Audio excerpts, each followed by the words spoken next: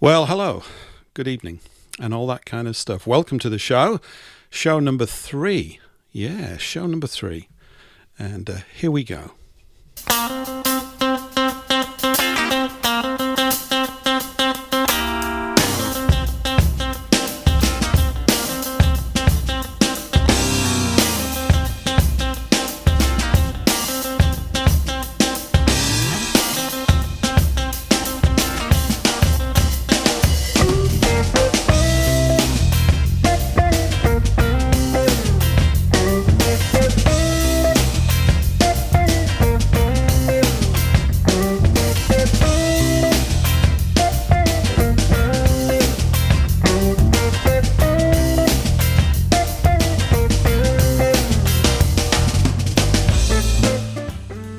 Yeah, just fiddling with a few things there. That's why it took so long for my voice to come in this week. Hope you've all had a cracking week. A few things lined up for you today for the next couple of hours, including in the second hour, if we can get all our ducks in a row, an opportunity for you to call in and ask me 1,001 questions or whatever.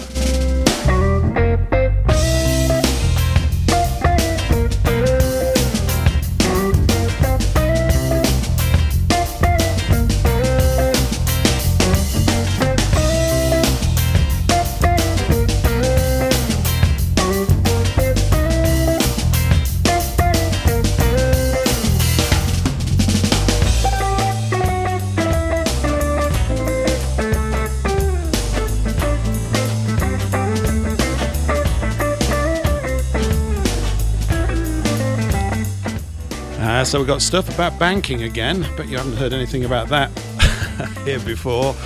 Won't be exclusively about banking, but there's been a couple of things happening in the last 20 hours or so, which are quite interesting with regards to CBDCs, that kind of stuff. We'll be looking at the environment. Apparently there's a problem with it, someone said, somewhere.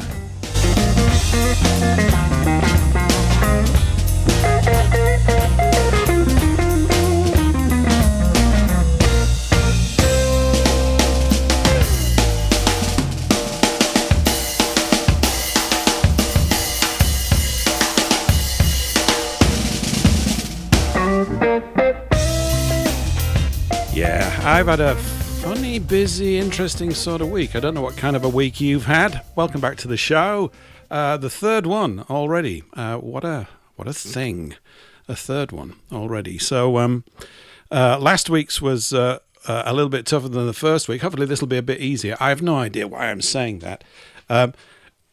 Anybody that does this sort of thing, I've not done the streaming stuff before, and I feel to be as though I'm faced with 1,001 buttons to hit to get the thing rolling. And this afternoon was made even more fun because the streaming relay service that I use decided to go AWOL for a couple of hours, so I was looking around for another one to replace it. But fortunately, in the end, all the shining knights in shining armor turned up, and everything was set right. So where are we now?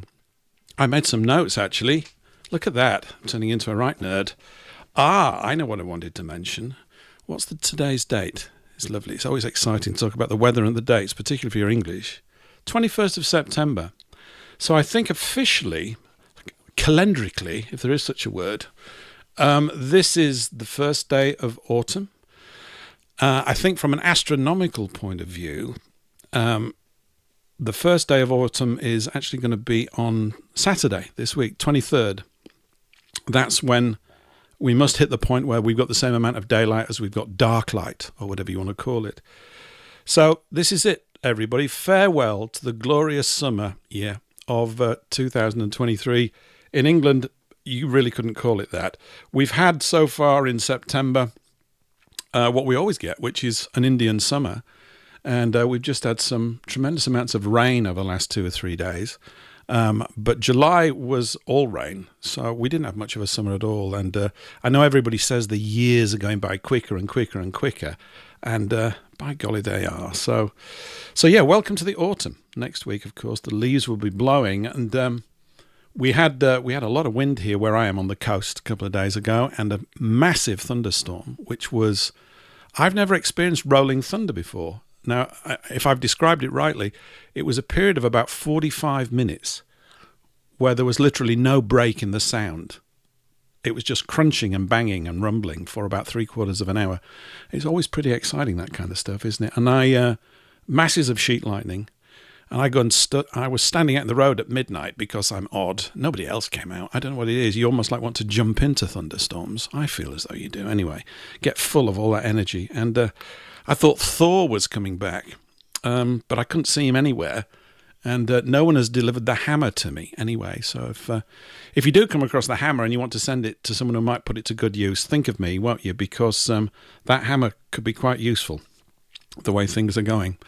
So, so autumn. And the other thing, on a sort of house cleaning note, was Telegram. There's a burgeoning, tiny, but important little Telegram group here for this show.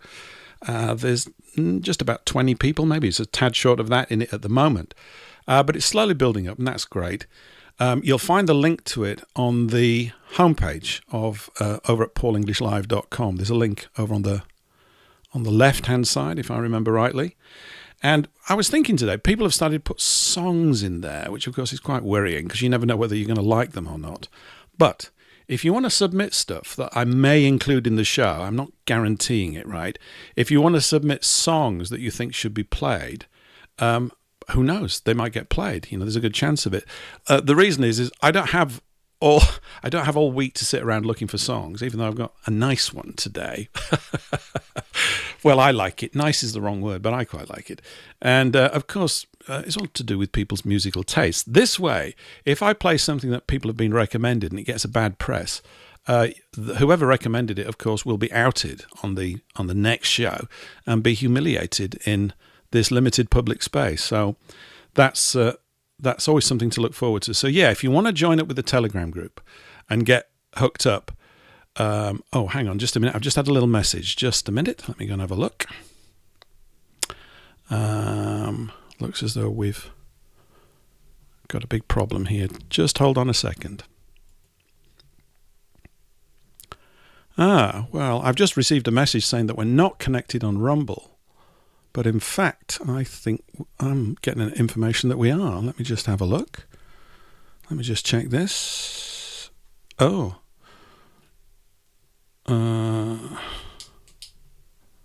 dear. Looks as though I'm not on anywhere. Right, hang on just a minute. So sorry about this. Let me just have a look. Okay, so we're on Odyssey. I can see that we're on Odyssey. Let me just do a quick check here. I think we're on Odyssey. Right, hang on just a minute. Yeah, we are. Sorry. So that's me looping back on Odyssey. So just hold on. I'm getting a sign here that we are connected on Rumble. Isn't it fun, this? But it says not. Yep. Thanks, Paul. I'm just getting some information through. Doesn't make any sense that I'm not on Rumble. Let me just go and check this again. This is bad, isn't it? How can I deal with that? Hold on a second. Well, it says that we're connected, and I don't know why we wouldn't be. Let me just have a look. Isn't this boring? Boring as hell, this stuff. I'm going to have to get a simpler sort of situation because there's just too much to look at with all this. And when it goes wrong, which it obviously has done right now, boring as hell, this stuff. I'm going to have to get a simpler... Sorry, so the message I got says that I'm not live on Rumble, but I am. Okay, so, yeah, I am live on Rumble. So that was all boring, wasn't it? Okay, where was I? So, Paul, if you heard that, I've just checked both channels. I've got confirmation that I am, and I've just heard my own voice coming back at me, which is always a thrill. So there we go. Right, now, where was I before we had the technical trousers moment, which you always have? Telegram, I wanted to mention that. Yeah, so if you hop on over and want to join the Telegram group at some point, you can submit things and away we go, So I will look for things like that. We might play certain things and embarrass you suitably down the line. Now, I've got several things. I didn't know quite where to start. I'm going to start off with something to do with, should we do something on banking? I'm not going to make it all about that kind of stuff. I don't know where I'd kind of got to last week, and I ought to probably make marks in in all these documents I've got, I'm finding it rather challenging, actually. Normally, I just sort of extemporaneously shoot my mouth off for hours without any real structure, but I'm finding with this thing that that's probably not going to work. I wanted to talk about a little decision, actually possibly a bigger decision. Let me just have a look at this one. I've got it here somewhere. I'm just trying to find it now. All these little windows open. Oh, there we go. So this was reported in the Washington Examiner yesterday. Actually, it's dated now today, Thursday, September 21st. And I came across it thanks the informant, my informant who brought it to me a few hours ago on a tweet from someone. The headline here says, House Republicans advance legislation to block central bank digital currency. Now, I'm not going to get overly excited about this because it all depends what they mean by the word block. I'll read you a couple of paragraphs from here anyway. It says, House Republicans have advanced a bill that would stop the Federal Reserve, you know about them, right? Private little club. Great if you're in it. Very bad if you're not. Would stop the Federal Reserve from issuing digital currency, sending the legislation to the House for a vote. The House Financial Services Committee voted Wednesday to advance the legislation, which was sponsored by Republican Tom Emmer of Minnesota. The bill is dubbed the Central Bank Digital Currency Anti-Surveillance State Act. Oh, it's lovely, that, isn't it? That's lovely. We'll all remember that. It won support from Republicans and drew opposition from some Democrats on the committee. The legislation would block the Fed from issuing a CBDC directly to individuals. So that means not indirectly to other people. Ensuring the Fed cannot mobilize itself into a retail bank able to collect personal financial data on Americans, according to the plan.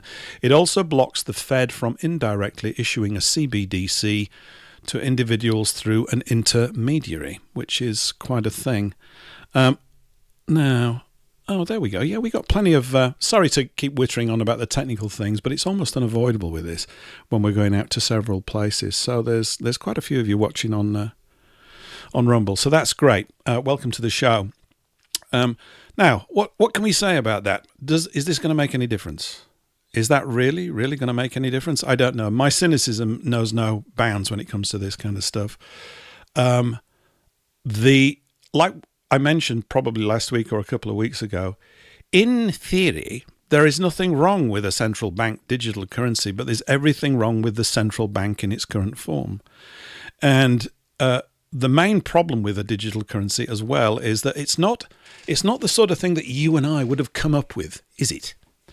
We wouldn't have come up with a thing that lends itself so easily to 1,000% full surveillance of everything that you do. I mean, what's the point of that?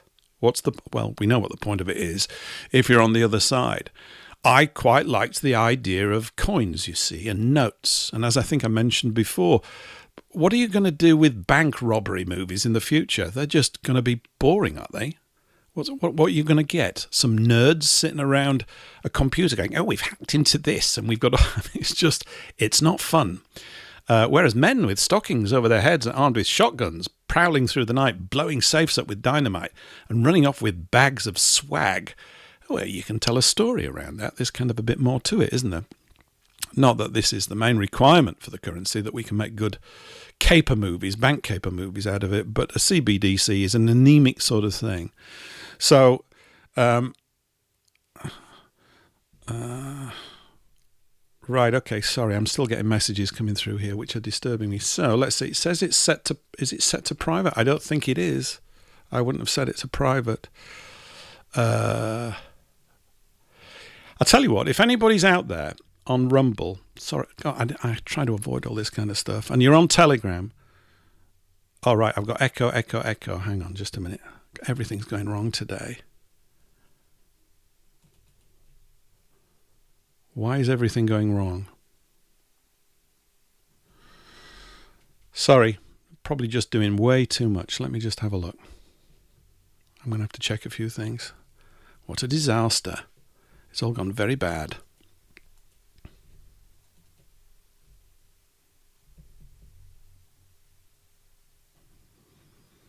I think this has all come about because of... Let me just have a look here.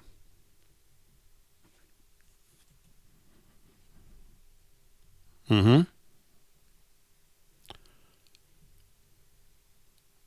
Ah. Right.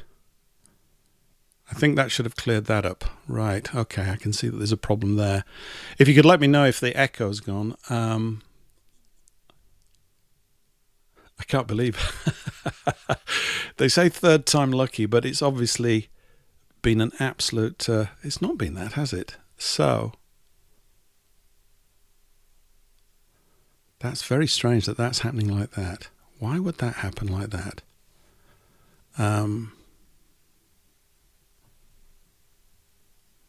Yeah. Sorry, I'm losing my chain of thought. My fixed. Great. Cool. Okay, I fixed the echo. Thanks, Soldier, for letting me know about that. Rumble, I'm getting feedback on that Rumble's fine and clear and it's public. So I'm just letting you know that. And I can see that there was a technical switch with the feed going to Speak Free Radio, which was causing the echo there. So my apologies on that, but there was a technical issue with that. Something slightly bonkers about the whole thing. I don't know quite why that had happened. In fact, I think I know why. Good. Let me just check one last thing. Sorry about this. I think technical things have been plaguing quite a few people recently. We've had an awful lot of dropouts with relays. Okay, there we go. I can see that we've only got one. We got one signal coming through. Sorry about all this. All right. Now, where was I? Before all the fun started, before my technical trousers were removed in public, and we got to this. Oh yeah, we were talking about the Washington Examiner. Just takes a large swig of gin. It's water, actually, but it doesn't sound so exciting if I say that, does it? Yeah, the CBDC thing. So we'll have to see what happens with them, with the Fed doing this, that, and the other. But I think the phraseology is, I'm always just looking for where they might be just bending things. It would stop the Fed from issuing digital currency to individuals. So what does that mean? I don't know. I don't know at all. I guess we're going to find out, but I wouldn't get your hopes up too high about these things. I often find that with these processes, it's kind of like 2 steps forward and 1 step back, that kind of stuff. So it will appear that you've gained a little victory, but then they keep pushing back and going in the same old direction that they've always been going in. The other week, I think it was last week, somebody mentioned... I was searching for his name. I'm just getting my brain back up to speed. There's a chap who lives in the UK and teaches economics in the UK and is of German descent called Dr. Richard Werner. Very interesting man. And I'm aiming to reach out to him and, if I can be incredibly persuasive, at some point, imminently try and pull him into this space. He does an awful lot of things. He's on Telegram and elsewhere. He's the only economist I've heard in recent years, because he understands central banking, who understands the scam and has absolutely nailed it in terms of making communications about it in certain European government meetings. You'll probably find them somewhere on YouTube. And he understands the whole thing. Somebody else who understands it, I might as well play this little clip right now, is a guy called... I'll play it and I'll tell you what it is later. Just listen to this. Oh, I'm looking at the wrong... That's fun. I was just about to press the wrong button. You know what? When I've done these things in the past, or I've been doing them for other people, I thought it's quite easy, really. But when you've got about 500 different tedious buttons, and then you keep boring your audience with it like I'm doing now, I bet you know, let me just find the right thing. There we go. That's better. Listen to this. This is, you might have heard this before. It's a couple of minutes long. Here we go.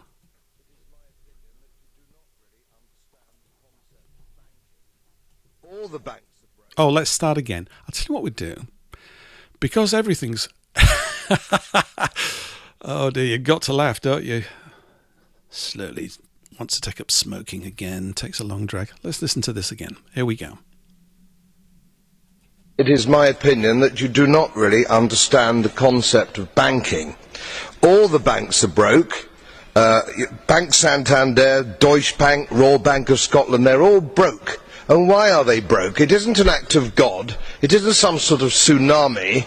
They're broke because we have a system called fractional reserve banking, which means that banks can lend money that they don't actually have. It's a criminal scandal, and it's been going on for too long. To add to that problem, you have moral hazard, a very significant moral hazard from the political sphere. And most of the problem starts in politics and central banks, which are part of the same political system. We have counterfeiting, sometimes called quantitative easing, but counterfeiting by any other name. The artificial printing of money, which if any ordinary person did, they'd go to prison for a very long time.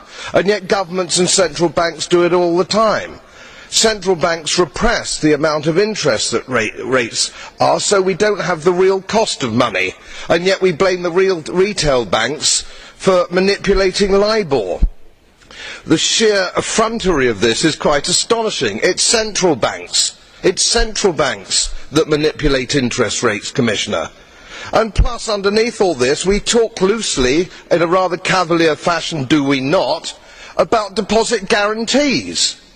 So when banks go broke through their own incompetence and chicanery, the taxpayer picks up the tab. It's theft from the taxpayer. And until we start sending bankers, and I include central bankers and politicians, to prison for this outrage, it will continue. That was Godfrey Bloom. Godfrey Bloom. And anybody in disagreement with his final concluding comments until we start sending them to prison? The fact is that this scam, which began really in earnest in modern terms, as I mentioned a couple of weeks ago, back at the beginning of the 1600s, with the arrival really of the East India Company, which was the formation point for all this sort of mercantilist aggression with regards to seigniorage, that is, the control of the issuance of currency. That's why the line is relevant. It's useful to know. We're not really even talking about English history or anything like that. We're talking about this control mechanism that's in the earth right now, and that has plagued us, well, even before that, but has really plagued us excessively since that point. And everything that Godfrey Bloom said there is totally correct and accurate, particularly the opening comment. You do not understand central banking. They don't. They didn't understand it when he made that speech, which is obviously sometime this century. I haven't got the date on it. It's in the EU when he was a member of Parliament, I think, for the EU. And it's one voice. Why aren't the rest of them all binding in on that? Because they're thick, or they're paid for, or both. They're paid for and they're dense. They're not worthy of respect because they're stupid. And their stupidity extends, therefore, unfortunately for the rest of us, into all of these other areas of our lives. Nothing that is reported to us can be clearly understood because it's warped by the smog that is this wretched currency system that's held in private hands and that's just manipulated all the time. And of course, we've seen the build-up of this with all this nonsense recently as well with the environmental things. Okay, now that's a process that began, to the best of my knowledge. You've got Malthusianism, which is what, 1700s, maybe later than that. It doesn't matter. We all heard of Thomas Malthus. He basically said, well, people just keep expanding at a huge rate of knots. We're not going to be able to provide them with enough food. That was all completely wrong. Because he couldn't take into account all the advances that we would make in developing the production of food. And yet this creed seems to still be part of our would-be dictators who are keen to sort of lay a feudalist stamp upon our head, all that kind of stuff, you know. So we're enduring a system which our forefathers endured. Your mum and dad endured it, theirs did, and it's going to keep on going on, and we're not going to be able to fix a damn thing until we get this fixed. Now, it's easy for me to just say these sentences, which is probably why I'm saying them, I guess. You should start saying them too. They're quite good. Just to get clear about it, Godfrey Bloom knows the score. Michael Meacher, another MP over here, he knew the score. No doubt in the United States there are representatives who know the score as well, but most people are not willing to get together and deal with it. And that's because it's such, I guess to some degree, it's such a concentrated and involved system that has matured. into a sort of deadly virus, a canker, a disease within the psychology or the culture of politics, and the way that politics is run at the behest of central bankers, and that they kind of scratch each other's back. You cover up for us and we'll do this, but if you do that, we won't give you money for this, and so on and so forth. And therefore, is the reporting back to the public about the state of the economy any good? No, it's not. So, Godfrey Bloom, I might play that one regularly. You've got to really be reminded of this tedious and relentless fact about things. So, will it make any difference? The Washington Examiner thing, the Fed not being able to, supposedly for today, do all that it wants with the CBDCs. I don't know. We're going to have to see. We will have to see. I'm not really, also from a sort of an attitude sort of point of view with regards to all of this, I personally aren't interested in kind of wanting to survive this, if you see what I don't want to I think we need to confront it. I don't think there is an escape route. I mean, there obviously would be numerically for a small percentage of people, but we have to find a way to get people to understand, to disengage from this. I don't know quite exactly how we are supposed to do that, but we must begin to talk about it regularly and not assume that they've got all the power in the earth. If we assume that, then you kind of give it to them in the assumption of it. And there has to be ways to achieve it. If Godfrey Bloom can speak out, then we need to get more Godfrey Blooms and more other people that are speaking out about these things, people like you, and maybe people like me, and elsewhere to begin to push this through. So, yeah. Watch this space, I guess, on that one. Now, what else did I have here? There was something I had from it, kind of oh yeah. Now, this is kind of a bridge, I guess, between the economic thing and the environmental thing. There's a chap called Martin Armstrong. He has a website called Armstrong Economics. Maybe I mentioned him the other week. I don't know. There was an article that ran a few days ago. You might have, if you're in the UK, you'll be familiar with this story. If you're in the US, maybe less so, I don't know. He took a clipping from an article in the Daily Express, which is a newspaper over here. And it's the clipping said, "Good God, is Britain really going to jail people who disagree with net zero?" And the answer is probably yes. They may well want to do that. And I got the full article here. I'll just give you a little bit. This is from the Express. A piece of legislation snuck quietly through Parliament yesterday. Now, that was last week, some point. I can't quite remember when. If we don't fight it, you might very well face jail time for non-compliance with new zero diktats on your home, writes Lois Perry. So what they're doing is, this thing that began really with the Club of Rome and the environmental movement back in the early 60s, is you, and I'm sure many people listening here will be aware of this, you are now to be demonized as the enemy of the environment. It's you filthy human being. You're going around breathing in and out and doing things and all this kind of stuff. And so what has occurred is that this has just ramped up. I think in the 60s, wasn't that the creation of the World Wildlife Fund?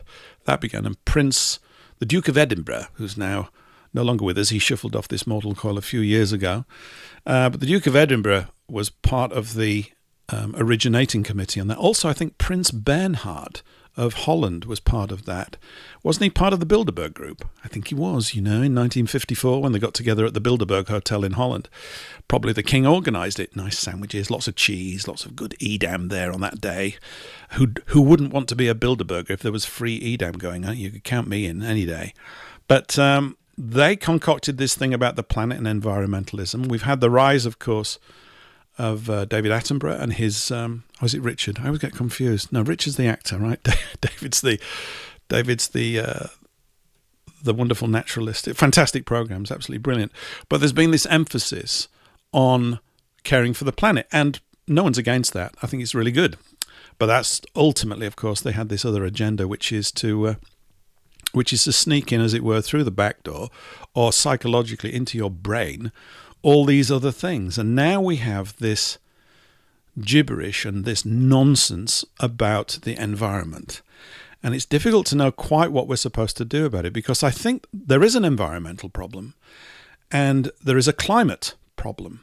And the environment I'm referring to, though, is the environment that takes place between certain people's ears in their brain. Their environment is completely Their brain environment is mangled. The climate of discourse in so-called political halls of power is also completely, it's deranged. It's deranged. They're always saying follow the science, and yet what they are talking about is self-evidently not scientific. We even had a situation, I think, here a couple of years ago, or it's actually been going on for several years. There was a report the other week that the Scots have chopped down millions of trees. They chopped down millions of trees, you see, because they keep on. I don't know what it is about trees. They don't seem to like trees. Whereas I thought trees were pretty good.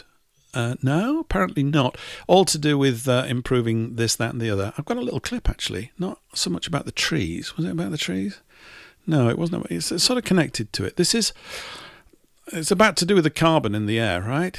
I don't know if you've heard this. Let me see if I can find this clip, because here we go. There's a guy in Australia. Let me just check to make sure you're going to get this coming through, because last time I kicked it off and we couldn't hear anything. Okay. Here we go. Yeah, I think we're all going to get this. Are we all going to get this? Yeah, we are. This is Alan Jones. Listen to this. This is a couple of minutes long. What is climate change? I mean, I think the question that the young lady asked over here is very valid. Young people are highly intelligent, but I wonder whether they're being told, or which they're entitled to, all the facts in relation to this. When I asked... Well, just a moment, Alice, you've been speaking for most of the night. When I asked Tanya Plibersek, was the Deputy Leader of the Labor Party and the potential Deputy Prime Minister, was carbon dioxide the big issue in relation to climate change? And she said yes. I then said, well, that being the case, what percentage of the atmosphere is made up of carbon dioxide? What is causing climate change? Is it carbon dioxide? Yes, carbon dioxide pollution is a major contributor. Okay, so can I ask you, this is not a trick question, what percentage of the Earth's air is carbon dioxide? Oh, I don't know. And I say, hang on, you don't know what percentage of the atmosphere is carbon dioxide, and yet you're prepared to stand the economy on its head to address a problem, the detail of which you don't know. So when I then explained that the percentage of carbon dioxide in the atmosphere, Alice, is how much? Alice? How much of carbon dioxide in the atmosphere? To answer the question, Scott Morrison has said he believes in climate change and that he wants to do something about it. Alice, how much carbon dioxide is the problem? How much carbon dioxide is there in the atmosphere? I'm not a scientist. I don't know. Well, hang on. If you're going to argue the case, you ought to know. It's 0.04%. And of that 0.04%, human beings around the world create 3%. And of that 3%, Australia creates 1.3%. But if carbon dioxide is 0.04% of the atmosphere, and human beings are responsible for 3% of that 0.04%, and Australia is responsible for 1.3% of the 3% of the 0.04%, it's like saying there's a granule of sugar on the Harbour Bridge. Clean the bridge up, it's dirty. Surely if a political party doesn't know the quantum of carbon dioxide in the atmosphere, what the hell are we standing the economy on its head for? Demonising coal-fired power, driving everyone into renewable energy, which is not available, not reliable and not affordable, plonking us in electric cars, giving us nearly the dearest electricity in the world when we're rich in energy resources, exporting coal so that China and India and Japan can have cheap electricity, and we sit here swallowing this ideological rubbish, putting industry at risk, jobs at risk, and burying the economy. So, there you go. That's how bad it is. 0.04% of the atmosphere has got carbon dioxide in it. And everything that we do is to be destroyed. And so let us have a look again at this Daily Express article headline. Good God, is Britain really going to jail people who disagree with net zero? Yes. Or is it just a threat? Are we to just, be gaslit about that one, which is probably the case, and, react accordingly?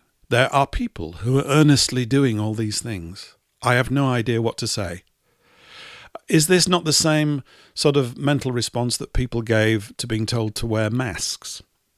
Now, apparently, I think there are people that argue that certain types of masks, whatever, N64 or some high-rated, would work. And I think they would, apparently. if you're into that sort of thing. I really couldn't care less, frankly.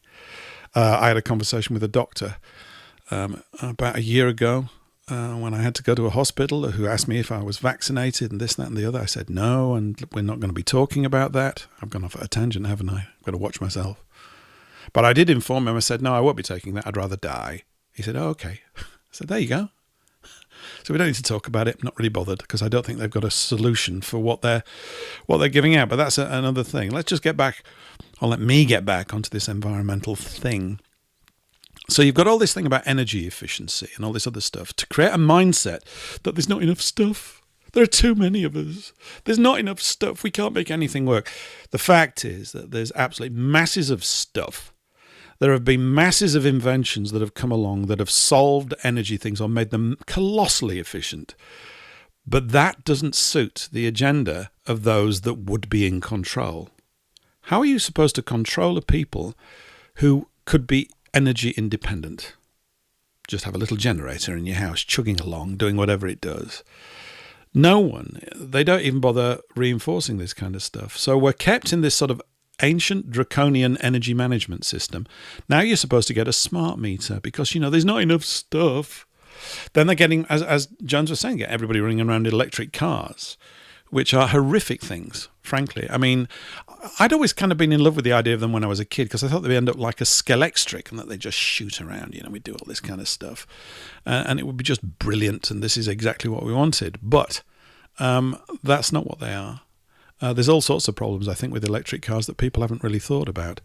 One of them is that they contain cobalt. Listen, here's another clip. Look, I'm just full of clips tonight. This is from Joe Rogan, who you've probably heard of. I think it's only very brief. They're just looking at the tail end, the beginning of the manufacturing process for electric batteries. Here we go. Listen to this. This is so crazy to see. This is the bottom of the supply chain of your iPhone, of your Tesla, of your Samsung. I mean, I'm just naming those companies. Right. It's all of them, right? All of them. And here's what you need to know, Joe, about this video. I was the first outsider to get into this mine. This is an industrial cobalt mine where there's not supposed to be one artisanal miner. Now, that's the term used for people who are just digging by hand as opposed to tractors and excavators. This mine, and I can name it, it's called Shabara. There's not supposed to be one artisanal miner here, according to the consumer-facing tech companies and EV companies buying this cobalt. Lo and behold, I walk into this place, and this is what I see. There's more than 15,000 human beings crammed into that pit. 15,000 crammed into a pit. How about that? Sounds fun, doesn't it? And you've probably seen the pictures of them doing this sort of thing, having to get this cobalt out, for car batteries. And obviously, I suppose this must have been going on an awful long time prior to that, as he just said, with regards to the batteries that we use in mobile phones. And the people that are in charge of things like the WEF and everything else, they're all for this. We are, the people supposedly at the top, our would-be masters, are, this is not a euphemism, they are mentally unwell. They're incapable of seeing things from the sensible perspective, which must lead us to the view that this is exactly what they intended, because they're not thick as such. But the context that they have, the paradigm that they're working towards, this neo-feudalism that they want to bring back, no one can really work out why. Where's the happiness for families in that? You have to really, take into account that they're against all this happiness, that they don't want any happiness in the world. They're not really particularly interested in that. And I still haven't, in my own mind, really kind of figured out why this has to be this way. I mean, much of this economic activity that takes place, we're always being told about we have to make economic progress and we must boost the economy. And this sort of language, I mean, it's been in my ears my entire life, and no doubt yours if you've happened to catch it. The entire emphasis of the language and the thinking space is in the wrong direction from our perspective. I don't think most people are interested in owning helicopters and boats and having vast amounts of wealth, whatever that might mean, because it preys on the mind and you might not be using it right and this, that and the other.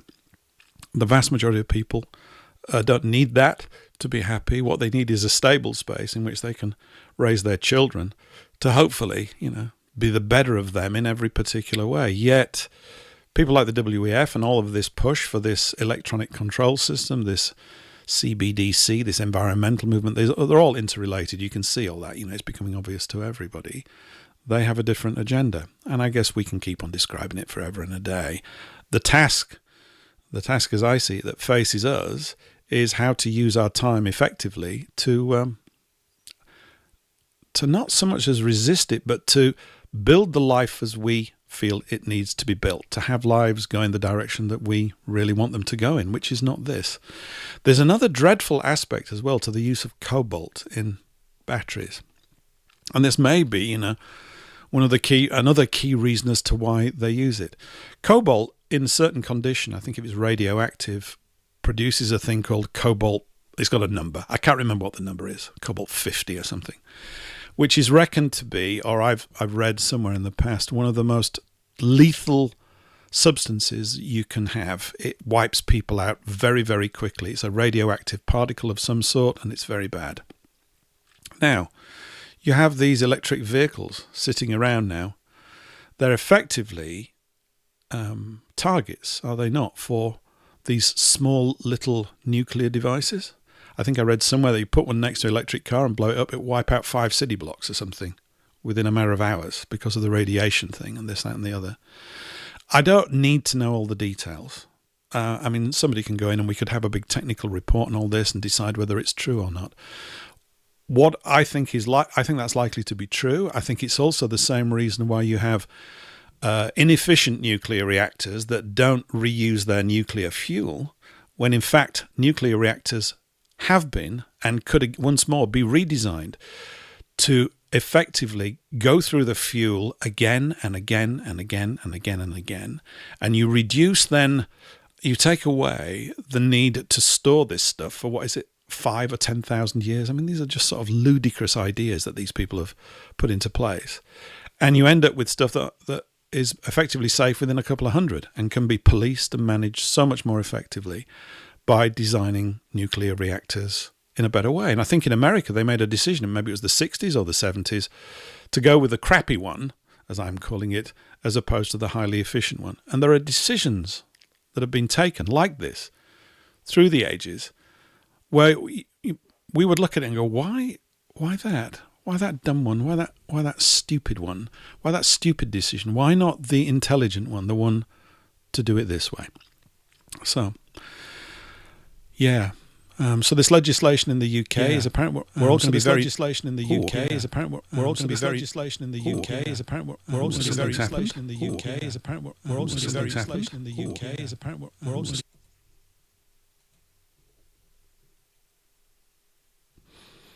Oh, something happened there. I hope you can still hear me. Hang on just a minute. What has happened here? Just a second. I'm having a terrible night, technically. I have no idea. Everything went fine the first the first couple of run-throughs from this point of view, but I'm just getting echoes and feedback and all sorts of nonsense happening. Let me just check something. I was just getting suddenly my voice decided to start flying back in my lug holes again, which was a bit weird. Why is that? Okay, you can still hear me. Yeah, anyway. It makes you lose your thread of thought. Okay. And I'm getting too many messages through and I can't really cope with them. Oh, okay, fine, that's cool. You know what? I need a producer. It's not that I can't do this, it's just that I can't do this and do the show at the same time. Anybody else had that problem? Answers on a postcard, please, too. And, yeah. Anyway, nice train. Do you like the train? I love the train. Maybe I'll hop on over. Let me just bumble around a bit here. Let's see if I can actually see anything. Any comments on Rumble and stuff. Not that you're probably making them. I don't really know. Let me just have a look here. All right. And then we're also on Odyssey. Oh, that's what happened. I see. Ah. If you could only see what I can see, you'd be massively disinterested in it. Where do we got to? Let me get on over here now. Let me just have a look. Okay. Right. If you could only see what I can see, you'd be massively disinterested.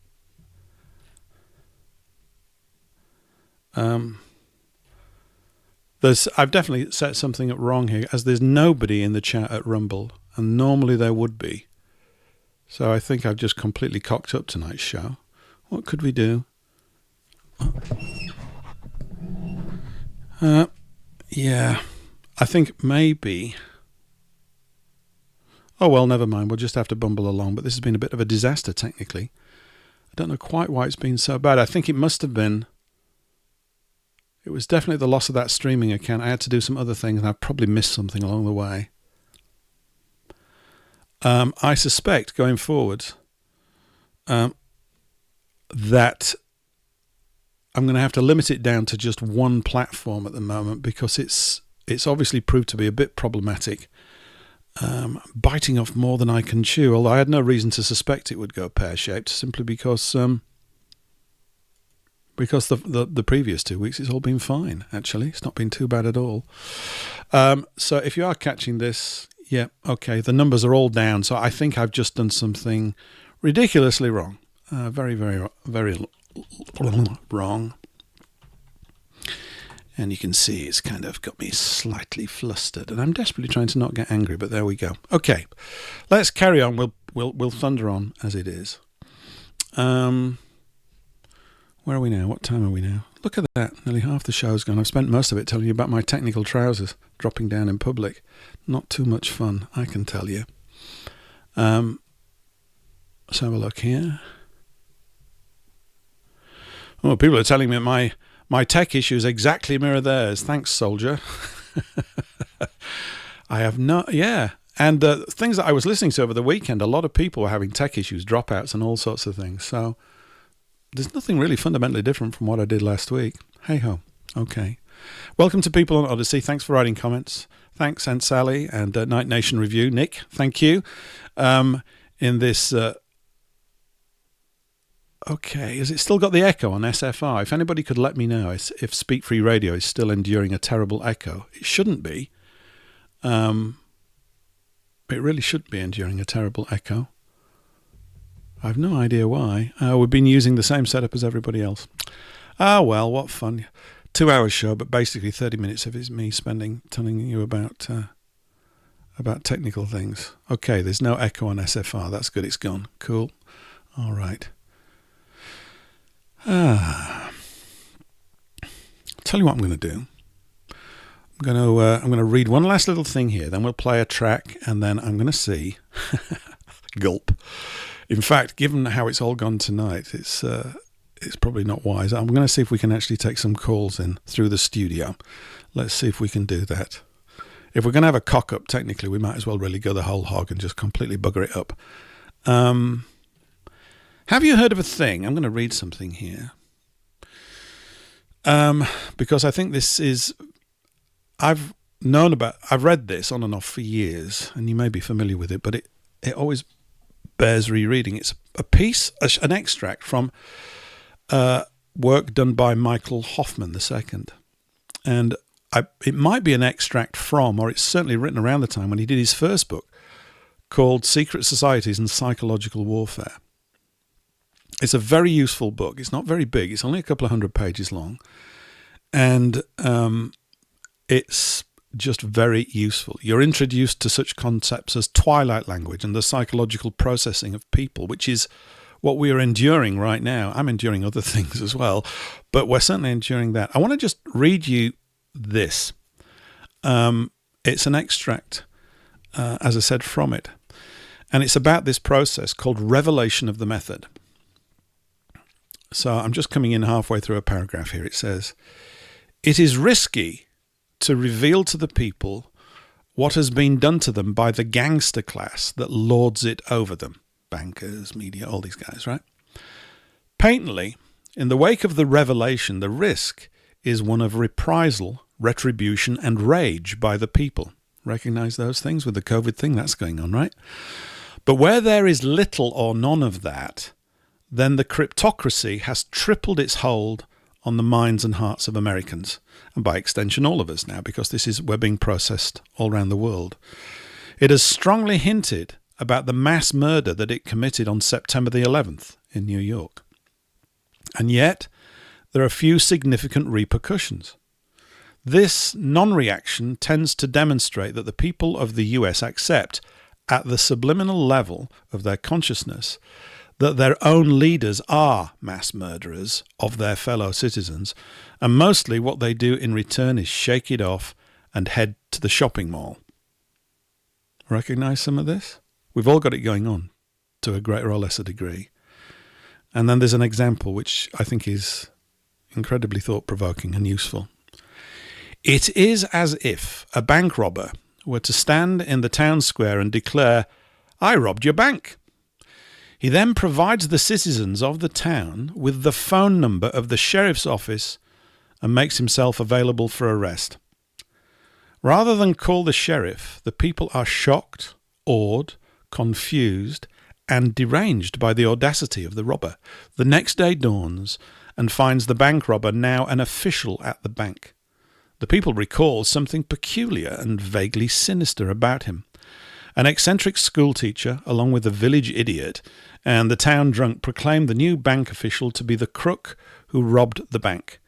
The citizens aren't sure, and the bank robber himself flatly declares that it was a dark-skinned foreigner with a large moustache who robbed the bank. The robber now makes no reference whatsoever to his previous day's confession and takes up his official duties at the bank with aplomb. Nice word that, A-P-L-O-M-B, aplomb. Gradually, as the citizens patronize the bank as usual, and the robber continues as an official of the bank and warns the citizens that if they do not support him, the bank will be robbed again, the citizens of the town become slightly deranged, exhibiting characteristics of paralytic apathy, amnesia, and abulia, and suffering from mysterious terrors.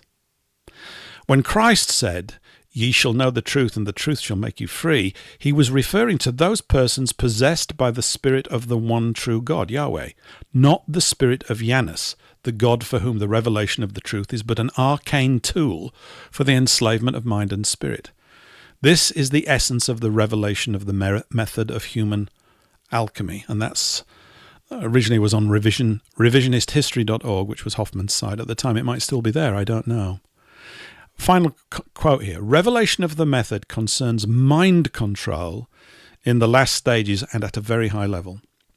When you tell someone what you are doing to them, murder, mayhem, kidnap, rape, you name it, injecting you with a vaccine that's going to kill you, but I'm not going to fully confess that, and they do nothing to stop you or protect themselves, you have created a doubly enslaved subject. So this stuff is, it seems to me, pretty important. And that's really part of the sort of the subconscious programming we've been undergoing, particularly over these last few years with what's been taking place. Here in the UK, there was a thing about 2 or 3 years ago with Boris Johnson, the then incumbent Prime Minister, who apparently had got COVID and he disappeared for a couple of weeks, looking grotty or something. And apparently we'd also had the photo shoot of him, apparently, having a jab or something. Yeah, right. Who cares? When he came back, though, to me, he looked like a changed man. He looked a very unhappy man, right on the... This is just me. I'm projecting here. This is what I saw. He made some kind of statement. This had been maybe, May 2020 or something? I can't remember. 2 or 3 years back now, when this thing was in full sort of, hysterical mode. And my supposition is that whilst he'd had his time off, he was given extremely clear and firm words about what was going to be done. And I think he might have discovered that he didn't really like it. They are basically telling us to our face what they're doing and then pretending that they haven't said it. And this is why you had Fauci, that, little demon over in the States, everywhere 18 months ago. Then he's disappeared. It's all been quiet for a bit. Now, apparently the rumor is that they're going to bring it all back and people will still know not what to do and so on and so forth, those sorts of things. So that's kind of, part and part. So that's revelation of the method. It's being done to us all the time. We're being told what's been happening to us, and we're being turned over accordingly. So, you know what? Tonight's been fun, has it? There's still an hour to go yet. What am I talking about, right? Okay. I think it's time for a little song, so I'm going to play one. This is about 3 minutes long. This is, who is it? It's Catherine Ashcroft. It's Catherine Ashcroft.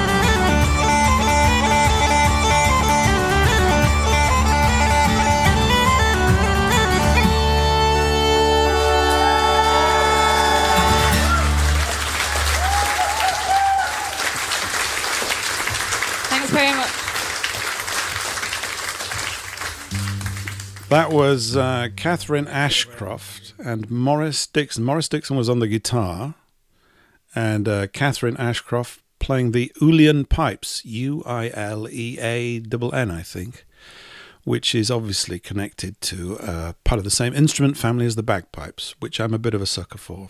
My mum hated the bagpipes. I could never understand this. I love them. I find them hauntingly beautiful, really. And they must have been quite terrifying, I think. You know, you hear that sound coming over the hill if you're about to go into battle. The interesting thing about it as an instrument is it's very, very old. They've got bagpipes in Spain. In fact, all around the sort of that edge, where the Celtic edge of our people lie around the coast of Europe, you have these instruments going back. The Spanish ones are a bit smaller. And this is the sound, I think, the battle sound of the Israelite armies from 2,000 or 3,000 years ago. My guess, I think there's people who have written papers on it, so it might be less than a guess. It's a sort of semi-educated observation. But there we go. I love that kind of stuff. I love all sorts of stuff, really. So anybody that hates that stuff, write in, join the Telegram group and say, this is absolutely driving me mad with this Ulian pipe nonsense, and do that accordingly. Okay, so I've just done something rather foolish, or I'm about to. I've never had so many things go wrong. I just thought I'd share that. And I've never had to say it so many times. And whenever anybody else is saying it on a show, I'm always gritting my teeth going, can we stop talking about the technical crap? But I must get one of those technical people, those things that exist. I must be able to buy one off a shelf or something and just have them all chained up, controlling all the knobs and everything, or whatever it is that they have to call. So there's more things to cover, but if you get the urge to call in, we might as well go the whole hog. And if this cocks up as well, then at least I've got all the stuff out of the way in one go. You need to go to, because it'll redirect, go to paulenglishlive.com/call, CALL. That's paulenglishlive.com/CALL. It'll bring you through to a StreamYard studio. And I will patch you in, and we can have a chat if there's anything you want to have a chat about. And if there isn't, that's fine too. But I thought we'd give it a go. I've been playing around with trying to take calls in by telephone numbers as well, which we could do, but I think I'm just going to be asking for it if we do that tonight as well. Had other things gone smoothly, I would have probably given it a go, but not tonight. So there we go. So you can do it on your smartphone. If you've got a browser on your phone, so it's really for net connections only, obviously. But I guess, you have to be on the net to be listening to this thing right now if you're still with us and managed to wade your way through all the technical stuff. So that's it. And I think I have one of these fancy little buttons. I'm using this thing called OBS. Isn't this dull? Or is it dull? Let's have a look at what we've got here. Have I got this? Is this going to work? Yeah, there we go. Now, apparently, if I fade that in, there you go. Look at that. I guess the only people that can look at it, from what I'm being told, is Odyssey, as the Rumble stream is up and down for whatever reason. I think whatever it was that there was a problem with my Stream Relay service today, it's kind of spooked the whole situation. I'd normally be set up well in advance, and oh, shut up about the technical things, Paul. Nobody gives a shit. Right. Let's just have a look. So, yeah. Okay. Do you like the train?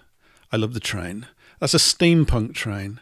I'm kind of into that old stuff because anything to just run counter to modern progressive technical bleh, which is incredibly dull and boring, beyond belief dull. This modern soulless sort of nonsense world that they're trying to build for us. I'm not really interested in it all.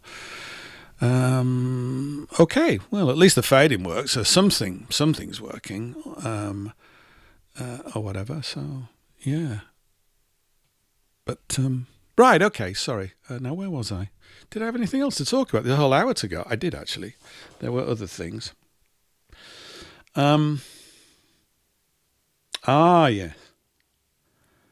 Yes. Do you like architecture? Do you like nice buildings? Do you think they're lovely? Do you like beautiful buildings? I think beautiful buildings really are amongst some of the most beautiful things that exist on Earth. The problem is that they seem to be dying off, and they're being replaced by junk. And this process of architectural brutalism, I think that is literally the word that they coined for it, has been, grinding its way through what were the beautiful cities of Europe, particularly, obviously, since the end of World War II. And actually, I've got an interesting anecdote here about the cities of Europe when they were being built, and about tea. I must tell you about this. It's very important. English types will really quite like this, I think. So, when these great renovations and restorations of... by golly, hang on just a minute. You know what? Let me make a note of this. What I was about to talk about, tea. But somebody's called in. Just hang on. Let me just write the word tea down so that I can remember what we were talking about. Because if we're going to have a tea break, I've got to do it right. Now, let me see if I can... Let me just check everything. Here we go. Let's add someone to the call. Okay. Hi, GV Paul. Please. Are you there? Please continue talking about what you were talking about. I don't want to interrupt. The show is great. I love it. Cool. That's great. Well, that's fantastic. Okay, so that was the first call we've ever taken, and I'll take you out. I'll take you out, Paul. Thank you. Hang on just a minute. So you can still hear it there. I think if I do that, you can still hear it, can't you? Yeah, you can. Okay, tea. The English and tea. Where did it all come from? Well, of course, it came from India, and of course, there were all those spice roots and everything, and we kind of got into tea. But it turned out to be a secret weapon for the British. During the 19th century, particularly, when you had the arrival of things like the laying of electric cables and the laying of gas pipelines and stuff, and the redevelopment of major cities to accommodate these things, and the advancement in new high-quality sewage works. Everybody thinks of, what's his name, Bazalgette's. Still there to this day, the sewage system he laid in Victorian London. Amazing piece of engineering work, right? You know, when it all comes down to it, if you don't deal with the poo or the technical problems, you get covered in it, okay? So yeah, you've got a lot of guys working in pretty unpleasant situations. You've got the roads half dug up. There are horses going around pooing and peeing everywhere, okay? You've got gas, leaking gas pipes. It's a bit hazardous, not very good for your health. And this was going on all over Europe. But in England, or certainly in Britain, the days lost to illness were about 1/3 of those of anywhere else across mainland Europe. Now for why? Why might that be, I can hear you say? Why, the killer weapon was tea. Seriously. And the tannin in the tea, they found that by drinking tea, the tannin would line the stomach. Or at least this is, I've read a report, I don't know whether they actually looked in stomachs and said, my God, your stomach's full of tannin. But this was the assumption or the implied understanding of it. So they started drinking tea. The stomach gets lined with tannin, and it impaired the airborne viruses causing diseases amongst the workforce. So they lost a lot less days due to illness because they weren't getting ill as much.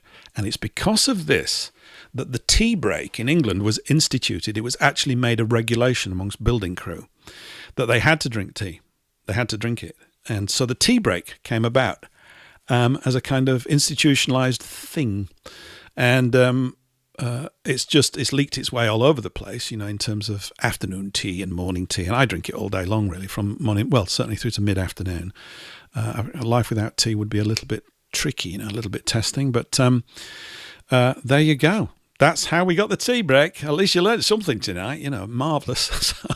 What was this? Yeah, so tea, fantastic. In fact, I probably need to promote Laura Towler's tea. How about that? Great name. Laura Towler makes her own tea, independent English tea. I haven't bought any yet, but I ought to.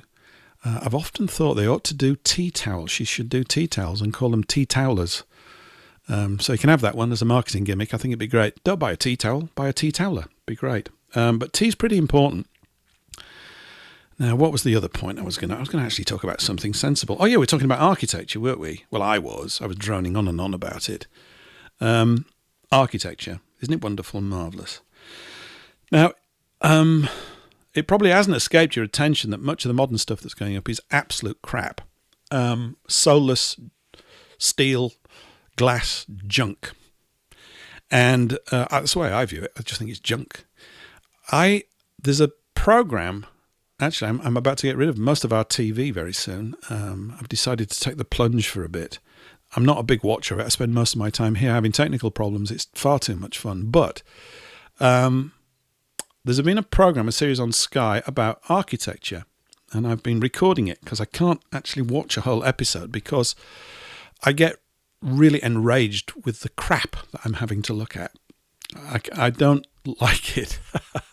I should talk actually in a more grown-up way and be more mature about it, but it's something that really gets my goat. And I think it's because of the permanence of architecture. Buildings sit in urban areas for decades, don't they? And they cast out a kind of energy field. And if you look at the terrible things that go up in London, you can understand why people get a little bit mawkish and miserable. And then there's something up in, I've forgotten the name of it now. They've preserved it. I think I might have mentioned this a couple of weeks ago. Maybe I've only got 5 stories, and this is one of them we keep going round to. But it was some concrete thing. It just looks like a sort of nuclear bunker, and they've got a preservation order on it because it was a new type of design. But it's rubbish. It's not very good. Now, there is a thing going on, and I've got to dig up because I want to play the clip on this. Where is it? I don't really want to. Oh, here we go. We've got it. Right. Have you heard of a thing called The Line? We have now The Line. Ooh, that sounds interesting, doesn't it? The Line, the city of the future. You're beginning to imagine something wonderful. Are you thinking, hey, I bet it's just a city that's in a line? You've got it. Genius, eh? Genius. Brilliant. It's not any old line, though. This building is going to be enormous. 175 kilometres long. That's quite a line, isn't it?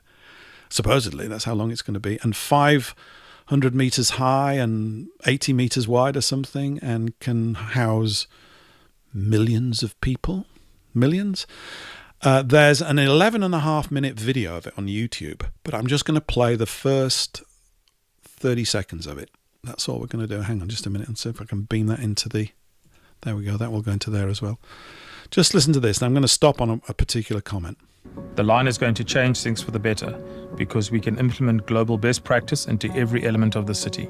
We are working with the best architects and planners from around the world in order to take all of the learnings we've inherited from other cities and create a new city from scratch. At The Line, we're working on building an urban model which provides unprecedented livability, a model for nature preservation and sustainability, all while providing a unique environment for economic growth. Wow. A unique environment for economic growth. Something I am suggesting we don't need. We don't need economic growth. It's a bizarre idea. I'll put the link into the Telegram chat because that's going to become the base for now until Telegram turns around and bites us all, which it will do, by the way. One day it's going to do that. But for now, we just ride that donkey until it falls over. What is this thing about economic growth? Really, it's like a mantra. We've got to economically grow. I have we've all got physical bodies, right? And when you start off in life, they're a certain size, quite small, actually, pretty small. You're a small individual, a small people, and you need absolutely the care, love, and attention, guidance, and defensive qualities that your parents bring to your little being. And but you start to grow, don't you? You get bigger. Oh, little Johnny's got, how big are your feet now? Oh, those trousers don't fit. You know, that kind of stuff. Well, that's what I used to hear anyway. And, all that kind of stuff. Oh, you're wearing everything out. You've worn them out at the knees. It goes on and on. But you hit, 24, 25. And you don't keep on growing. People don't come up to you when you're 35 and saying, your feet only size 10. Why are they size 11? Why are you not growing all the time? Why don't you just keep getting bigger? Because there's no need to. The economy does not need to grow. It doesn't need to grow. What do we mean by growing the economy? This is just my take on it. I'm sure someone could argue me down and bet it, but at least it gets the conversation going, maybe, right? What's this thing about eternal relentless growth? If you look at what you need in life, it's actually not a big list. And if it was supplied honourably and decently and in a timely and qualitative way, you wouldn't want for much more. Because what we all really want is good companions, I would suggest. More than anything else, we want to be in and around and amongst members of our tribe, doing our things the way that we do them. We don't mean harm to people from other tribes that do things their way, which we may or may not approve of, but it's none of our business as long as it doesn't harm us. And we wish to get on and develop our culture, do our silly little dances and do our paintings and our poems and our songs and things like that provide some richness in this life whilst you're passing through it and living it and growing it and being pummeled by it and ground down and then being exhilarated by all those things that come along. But economic growth, what is that all about? We all got to get helicopters, do we? We don't need this stuff. And I think the phrase economic growth is purely a byproduct or to a great degree because of fractional reserve banking and the levying of interest on loans. The economy, you see, has to always keep expanding to generate sufficient things so that there's sufficient money, supposedly, to pay off the loans plus the interest to keep everything balanced. And it's like I mentioned earlier on, we have been inducted into the cult of Mammon to keep the economy going, and that's all the news angle you ever get. This is the only angle it's ever put out, right? So that people now are working ludicrous hours to keep the economy growing? What was the point then? What is the point of creating so-called labour-saving devices if everybody's working more and more hours and can't afford a house? What argument are you supposed to be faced with? You're all lazy. People aren't lazy. They're not lazy at all. We all have periods of laziness, and most of us, I suspect, don't like it. But it does happen from time to time. But lazy? People want to live life and do things, don't they? I do.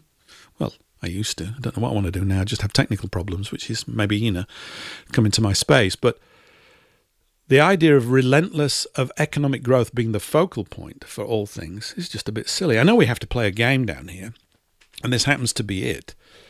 But all of this push for efficiency. Now, if you go and look at this building, the line, I don't know what you're going to say. It's just a big, long box. They've got guys walking around saying, I'm a progressive or I'm a futurist. They have urban planners. Every sentence that they utter is repulsive to me.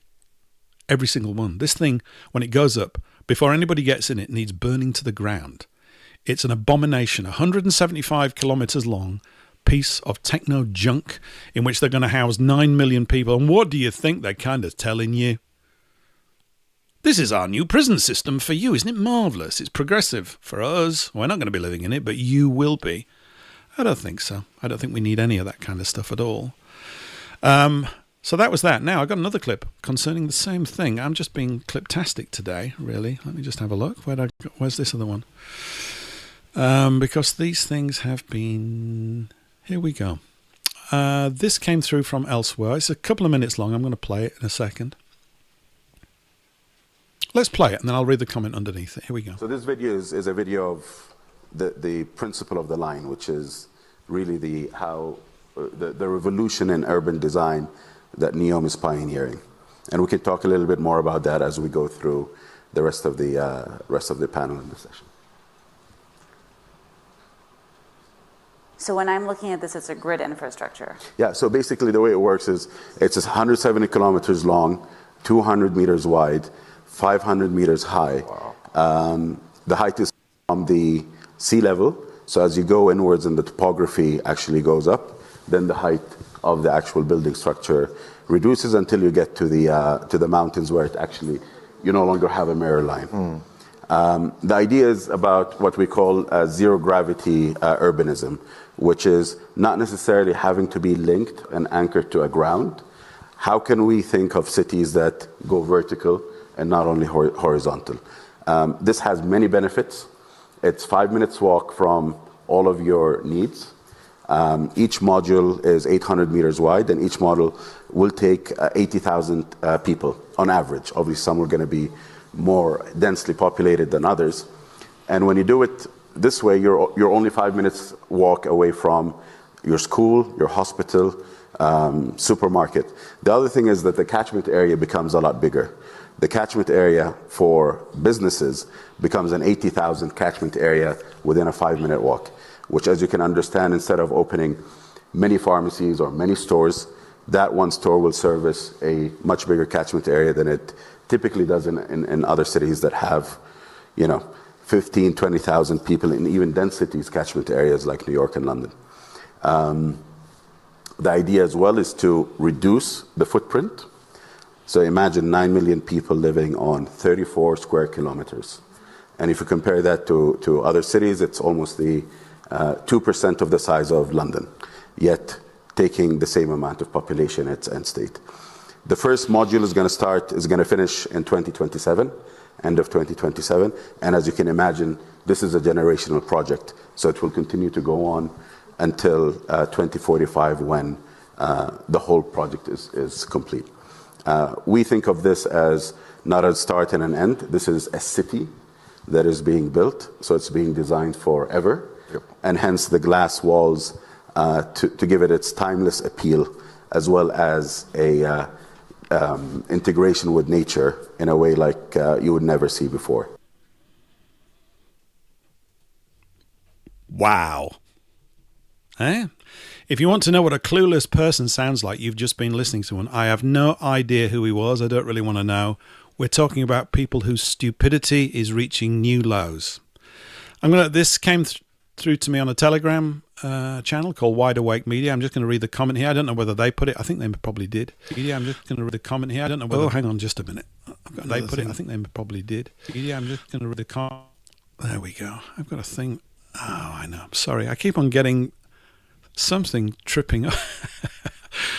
Let me just read this comment. Oh, boy.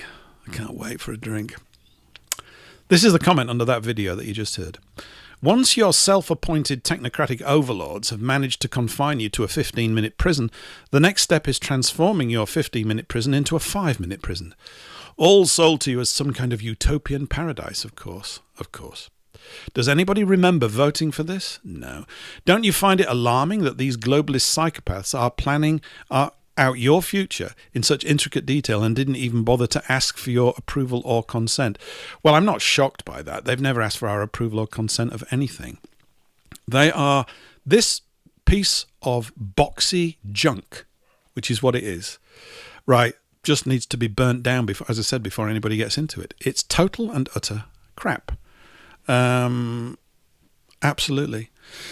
So that's what we've all got to look forward to. The line, 175 kilometers. What did he say?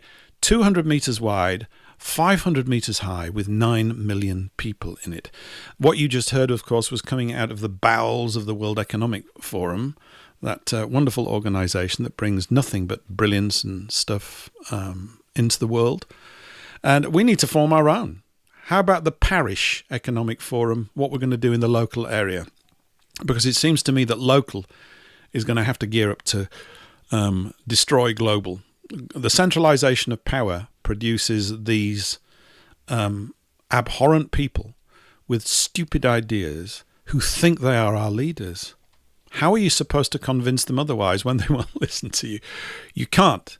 And I suppose the thing I would say is it's kind of a definition of war, isn't it? Isn't it a definition of war? I think it's a definition of war. If you're involved in a discussion with someone and you can't resolve it through communication, it breaks down. I probably mentioned this a couple of weeks too, but it's worth going over again very briefly. Where are you at? What situation are you in? These people have drifted away, of course, from the laws of God. I don't know whether they were ever aware of them, but they certainly would have resented them. They're the same sort of great merchants of the earth, the great Babylonian tower builders, this kind of nonsense, right? And I'm finding it difficult to understand why they think what they're building is any good. It's got no beauty in it. What did he say there at the end? A timeless beauty of glass walls. What's he talking about? Yeah, right. Yeah, that's how we all think about big sheets of glass. The timeless beauty of tower blocks covered in sheets of glass. I think not. I just say to anybody that's listening, by the way, there's been some issue with Rumble tonight, so my apologies. It's just really not worked at all. I don't know if there was a problem, because I can see some comments in the Telegram group. Best place, I think, to listen to it tonight has been over at speakfreeradio.com. My apologies for that. I'm going to have to try and simplify the thing going forward. There was no reason for me to simplify it because the last 2 weeks had gone technically fine, but today has been a nightmare. So I think I need to find a new streaming relay that's going to stay connected to these platforms. So not much I can do about it right now, but there we go. Again, if you feel like calling in and and saying anything at all, you can do so. You just need to, in your browser, go to paulenglishlive.com/call, CALL. Anything at all. It doesn't really matter what we're covering here or what I've been covering so far. Yeah, so there you go, the line. Go and look it up. I mean, if you want to be sick, go and look it up. You want to sort of see one of their stupid ideas. Where did all these stupid people come from? They got a factory for them. There was some comment as well that some bint made in the WEF. I saw some clip about 3 or 4 months ago where she was moaning about the fact that people were losing respect for the elite. Oh, what are we supposed to say to someone like that? Nothing. You haven't got any respect for them, so they're not going to listen to you, are they? And I think that kind of is another indication of the gulf that's between us. Is it unbridgeable? It appears to be that way. It's very frightening, actually. I have to make light of it from time to time because I want to keep my sanity, but this mental compliance with a kind of bovinely stupid plan, no good. And of course, by me communicating it, I'm kind of bigging it up. We're actually worried about this now. Whereas in fact, it seems to me what we need to train ourselves to do, I'm addressing it to myself as well, is to think of the positive way that we want life to unfold. And we have to come together and make that happen. It's down to the peasants. No one's coming to save us. All the people that could have saved us, or maybe used to in the past, the Lord with a good heart, yeah? Those people that used to exist, the aristocracy with a good heart, they did used to exist. It's not all been bad. They seem to have been chewed out and discarded. They don't seem to be around at all in any considerable number. One of the telltale signs really over this CBDC environmental claptrap is I'm hard-pressed to think of any dissenting voices at all with regards to it. That thing we were talking about earlier here in the UK about the environmental plan that, if you don't provide an energy-efficient house, you're blah, blah, blah, blah, blah. I think there was only about 6 MPs out of 600 actually raised some kind of opposition to it. Or was that the online safety bill? I'm getting confused, really.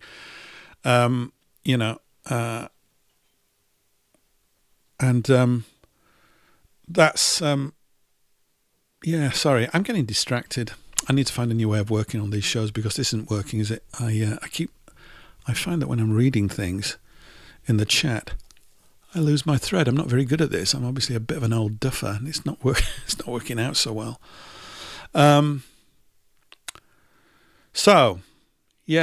Very few dissenting voices over the past few years from anybody in any political class at all. Hardly any dissenting voices.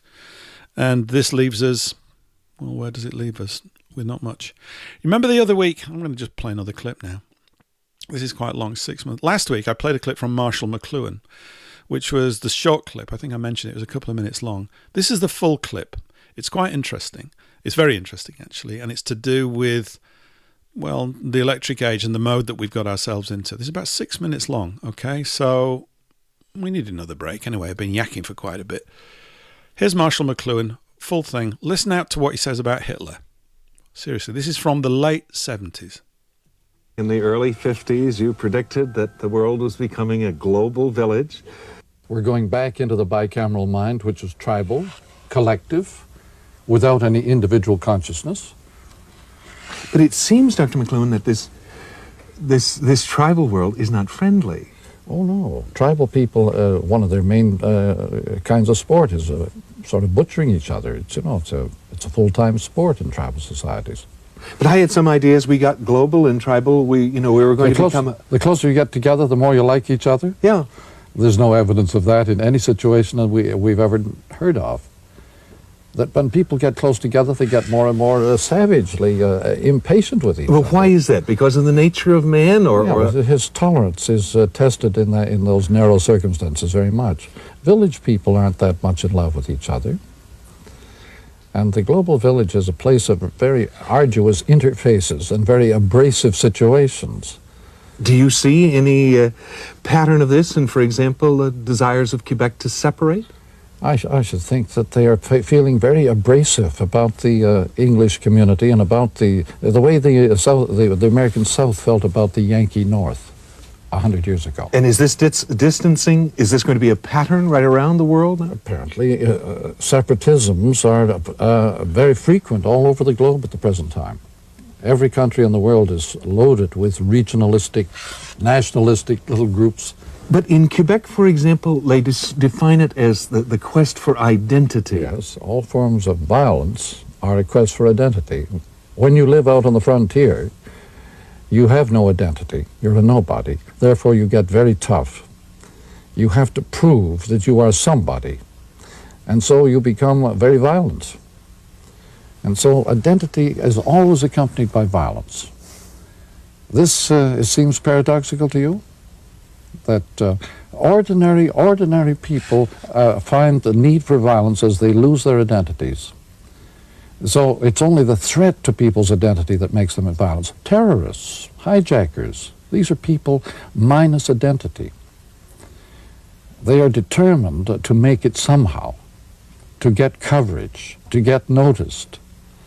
And all this is somehow an effect of the electronic age? Oh, no. But people in all times have been this way. Mm-hmm. But in our time, when things happen very quickly, there's very little time to adjust to new situations at the speed of light. There's very little time to get accustomed to anything. One of the big violence makers of our century has been radio. Hitler was entirely a radio man. And a tribal man. And what does television do then to that tribal man? Well, I don't think Hitler would have lasted long on TV. Like Senator Joe McCarthy, he would have looked foolish. He was a very hot character. And like Nixon, made a very bad image on television. He was far too hot a character. Much better on radio or on the movies. Not bad on the movies, which will take quite hot characters. But Nixon was hopeless on TV. The investigations now of the CIA and the FBI and even our own, God forbid, RCMP, has this anything to do with the electronic age? Well, yes, because we now have the means to keep everybody under surveillance. No matter what part of the world they're in, we can put them under surveillance. It has become one of the main occupations of mankind, just watching other people and keeping a record of their goings-on. And invading privacy. Invading privacy, in fact, just ignoring it. Everybody has become porous. They got the light and the messages go right through us. By the way, at this moment, right, we are on the air, and on the air we do not have any physical body. When you're on the telephone or on radio or on TV, you don't have a physical body. You're just an image on the air. When you don't have a physical body, you're a discarnate being. You have a very different relation to the world around you. And this, I think, has been one of the big effects of the electric age. It has deprived people really of their private identity. So that's what this is doing to me? Yes. Everybody tends to merge his identity with other people at the speed of light. It's called being mass man. By the way, one of the big marks of the loss of identity is nostalgia. And so revivals on all hands in every phase of life today. Revivals of clothing, of dances, of music, of shows, of everything. We live by the revival. It tells us who we are or were. Do you feel that the fact that you and I have enjoyed the rewards of literacy, that we are more protected against television than... Yes, I think you get a certain immunity. Just as you get a certain immunity from booze by literacy. The literate man can carry his liquor, the tribal man cannot. That's why in the Muslim world or in the native world you cannot, booze is impossible. It's the demon rum. However, literacy also, though, makes us very accessible to ideas and propaganda. The literate man is the natural sucker for propaganda. You cannot propagandize a native. You can sell him rum and trinkets, but you cannot sell him ideas. Therefore, propaganda is our Achilles heel. It's our weak point. we will buy anything if it's got a good hard sell tied to it. What now, briefly, is this thing called media ecology? It means arranging various media to help each other so they won't cancel each other out, to buttress one medium with another. You might say, for example, that radio is a bigger help to literacy than television. Mm-hmm. But television might be a very wonderful aid to teaching languages. And so you can do some things on some media that you cannot do on others. And therefore, if you watch the whole field, you can prevent this waste that comes by one canceling the other out. In 15 seconds, I've got one question for you. How much television do you watch? Whenever I get a chance. Just not too often. Marshall McLuhan watching television whenever he can. There's a very bright and intelligent man. I'm sure many of you already knew that anyway, but those are really good observations. So Hitler would have been bad on TV. Well, there you go, huh? Not good, too hot. And radio aids with literacy. I think I'd be pretty bad on TV. I mean, if the technical problems were amplified, it would be a joke. So we'll just try and stick with the sound for now. We'll try and stick with the sound. Actually, I'm going to make these clips available in the Telegram group at some point. So if you want them to listen back to them again, and if you find anything like this as well that you'd like to offer up that you think has got good talking points in it that could stimulate things, please just pop them in the Telegram group. The link you'll find on paulenglishlive.com. So early days here with all of this, but they're very useful. In 2 hours you chew through a lot of material, or at least I think I'm doing that. And this is because it's all kind of solo at the moment. The plan is not for it to stay in this format. The plan is for it to evolve a little bit, certainly in certain areas. But McLuhan, yeah, so there we go. He watches TV a lot, and radio aids the literate man. And also, the literate man is open to propaganda. So maybe you should disregard most of the things I've been talking about this evening, and most of the things that other people talk about as well. We're all a bit literate, and it means we're open and susceptible to conditioning, which we are. I've often, I remember discussing this with people a long time ago. The trick is, if the trick is the right word, it might not be, is not to think that you're not brainwashed, but is to recognize that you are. And when in the recognition of it, you become free of it. Because we all get conditioned with certain things, don't we?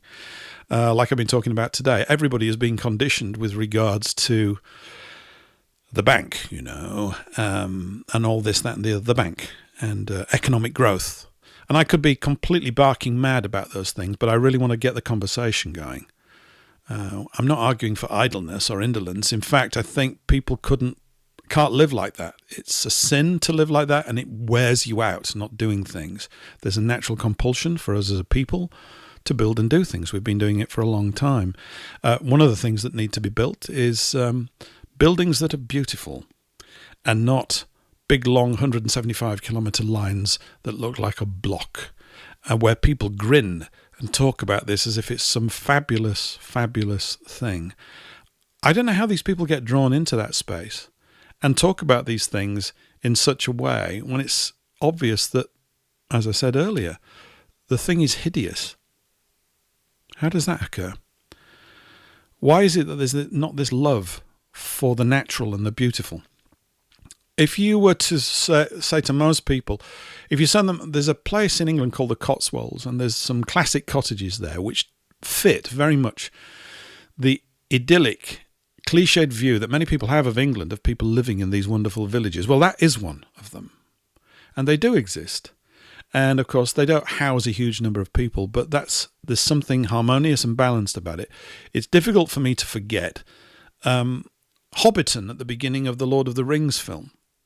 Because it conforms to all these, I'm calling them English stereotypes, but they're really European stereotypes. I just know them as English, and Tolkien was writing obviously from an English sensibility when he put this together. But the idea of the little house and the neighbours and the fields and all that kind of stuff.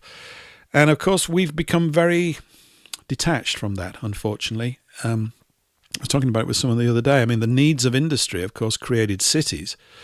But then what were the needs of industry? The main issue, it seems to me, or one of the main issues, is that whenever we make supposedly technological progress, the benefits of that the vast majority of the benefits go to a very small handful of people over and over again, ensuring that the rest of us supposedly have to keep on working in a capitalist system for a wage to pay our bills to these people. And of course, that laid the ground, I suppose, for communism as some kind of antidote to it. Of course, it's nothing of the sort. Communism is the zenith of capitalist thinking. They paid for it. The capitalists, they all paid for that stuff, you know. Ooh, let's have a bit of communism, because then they create a tax-paying base on a nationwide type of basis, you know, that kind of stuff. Before I run out of time, we've got to go about 17 minutes or so, 18 minutes. I think, not last week, but the week before, I read out a poem by Kipling, which had that wonderful expression in it about Saxons being up and around people and acting like hornets, which I quite liked as an image. I think it's something that we should take on board, because we need to get quite gobby, obviously in an educated way, but also in a slightly raucous and, pointed way from time to time. Anyway, I didn't read a poem out last week, although I had this lined up. And because I'm still stuck on the money thing at the moment, I'll keep coming back to it because I do see it as this common thread over and over again. I've got a reading of a poem by Ezra Pound. Now, Pound died, I think, about 1970 or 71, but in the 60s he must have recorded this. And Pound is, I would suggest, very important to all of us. First of all, without him, Eustace Mullins probably never would have written that book in 1948, The Secrets of the Federal Reserve. I think it was late 40s that it came out, wasn't it? Which is effectively the first conspiracy book about the central banking scam that we're aware of. There may have been others that have hinted at it, but Mullins's work there, done really under the direction and driven by Pound. He was in the mental institution at the time. I forgot the name of it, somewhere in New York. Think about that.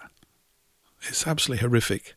Shows you how worried they get when someone who can really think and deal with the issues and has a platform and has a sympathetic ear because of his abilities, which Pound's had considerable abilities, when they get going down a particular avenue. And it's a tremendous, it's a really interesting life. If you think about a man who was a poet and a literary guide, without whom, according to Mullins, Hemingway and several others would never really have made it. I think James Joyce, didn't he sort of work on a lot of his stuff as well? Good luck on that.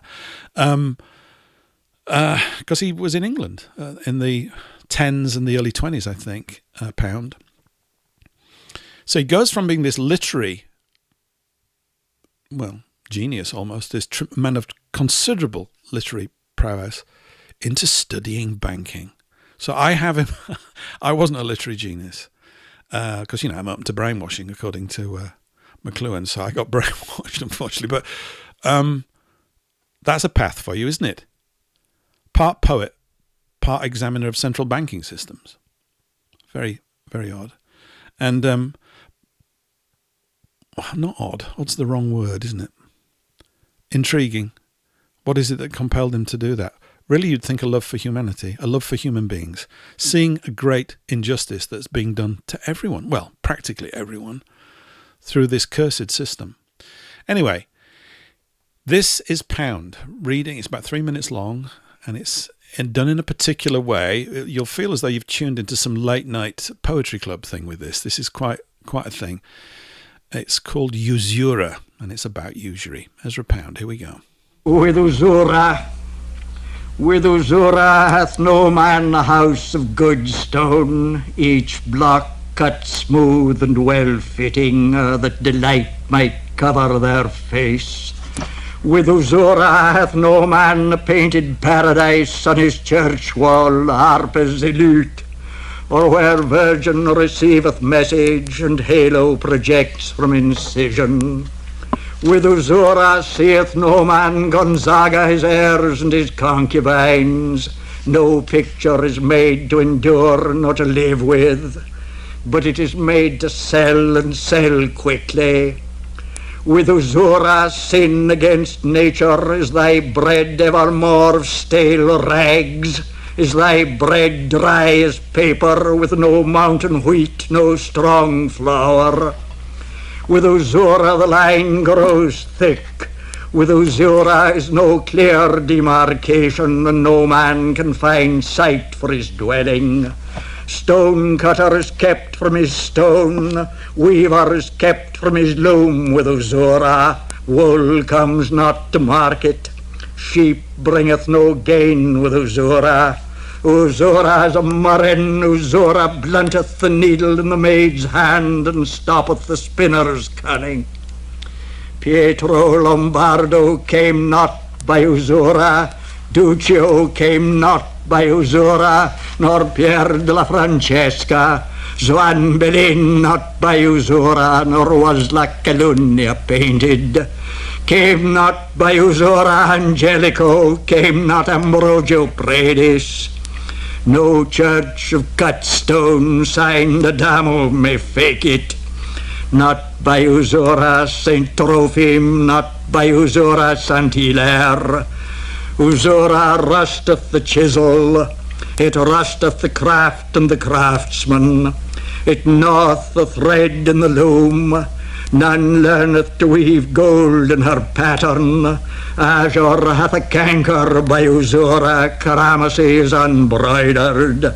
Emerald findeth no memling. Usura slayeth the child in the womb, it stayeth the young man's courting. It hath brought palsy to bed, lieth between the young bride and her bridegroom, contra naturam. They have brought whores for Eleusis, corpses are set to banquet at behest of usura. And so that you don't continually misunderstand, usury and interest are not the same thing. Usury is a charge made for the use of money, regardless of production and often regardless even of the possibilities of production. I now repeat the theme in Canto 51. So there he was, Ezra Pound, and quite an interesting accent that he's rolling. He sounded like a Cornishman at times to me, rolling all those R's. It's worth digging it up and looking at it. What he's going through there is the infectious and deadly results of usury running around in every aspect of our lives. And his comment at the end there is about an unproductive loan, about usury as a charge for money, irrespective of what happened to the outcome. This was Hilaire Belloc's definition of it also. I think it's open to discussion that. I'm not fully convinced of it. I think that there's other aspects to it, but it's definitely a key part of it. But that's just me.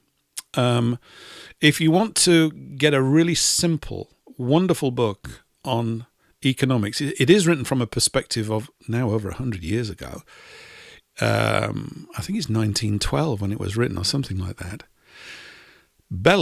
Hilaire Belloc, his stomping grounds were very near where I am. He used to go to pubs that I've been to and everything. And he's the guy that said, England, if you lose your pubs, you'll lose England. Hello, what's going on, right? Can you see it? He wrote a book about economics, and it's called Economics for Helen. Helen being a girl of about 14 years of age, of average intelligence, I think as he described it, to provide lessons in economics for her to understand certain things. It's not very long. I think it's about 120 pages. I got a copy years ago, found it wonderful because I love the way Belloc writes anyway. They have a direct clarity, the people that wrote on both sides of the Atlantic in the sort of mid-1800s through to the early 1900s. It's excellent. Some of the ideas in it are dated and are not necessarily true, but his definition of usury was the charge for the use of money when the money is used for something unproductive. An unproductive loan should not charge it. As I mentioned before, there are other ways of structuring loans. I like the idea effectively that it's a partnership agreement between someone supplying the money and someone supplying the idea, and that that the person who supplied the money is not automatically guaranteed interest on their loan if the business venture that they backed or the individual that they backed fails. Of course, people say, well, surely the people that have the money deserve something back on it. Do they? I think that's something to be discussed. Why? If everybody's purpose, of course, is to just keep making more and more money, where does that lead us? What's the actual aim of all that stuff?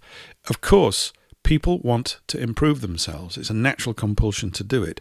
And let's face it, there's an awful lot of improving that we could do. But by the same token, the things that we're kind of irritated about today are these restrictions on the mind space, on the way that we think and operate and do things, delivered to us by people that don't ask us, they don't invite us into the communication space. And this bullying, which is really what we're on the tail end of, is the key part of the problem. So obviously people that are in supposedly poorer parts of the world, I mean, how poor are they? I know in some cases terribly. There is that speech about immigration that we've got kicking around somewhere, that there's literally millions, hundreds of millions are living on something like $3 a day. It must be a little bit more than that now, but it's in relative terms, an incredibly small amount of money. So I'm not saying it's easy ultimately to solve all of these things. And some of the ideas that I mentioned in the previous weeks, such as the ideas of C.H. Douglas, which is social credit, and then you had demurrage, which is the idea of Silvio Gesell, and there are others, right? It's not as if I don't want you to think I'm necessarily championing those ideas. I think they've all got good things in them.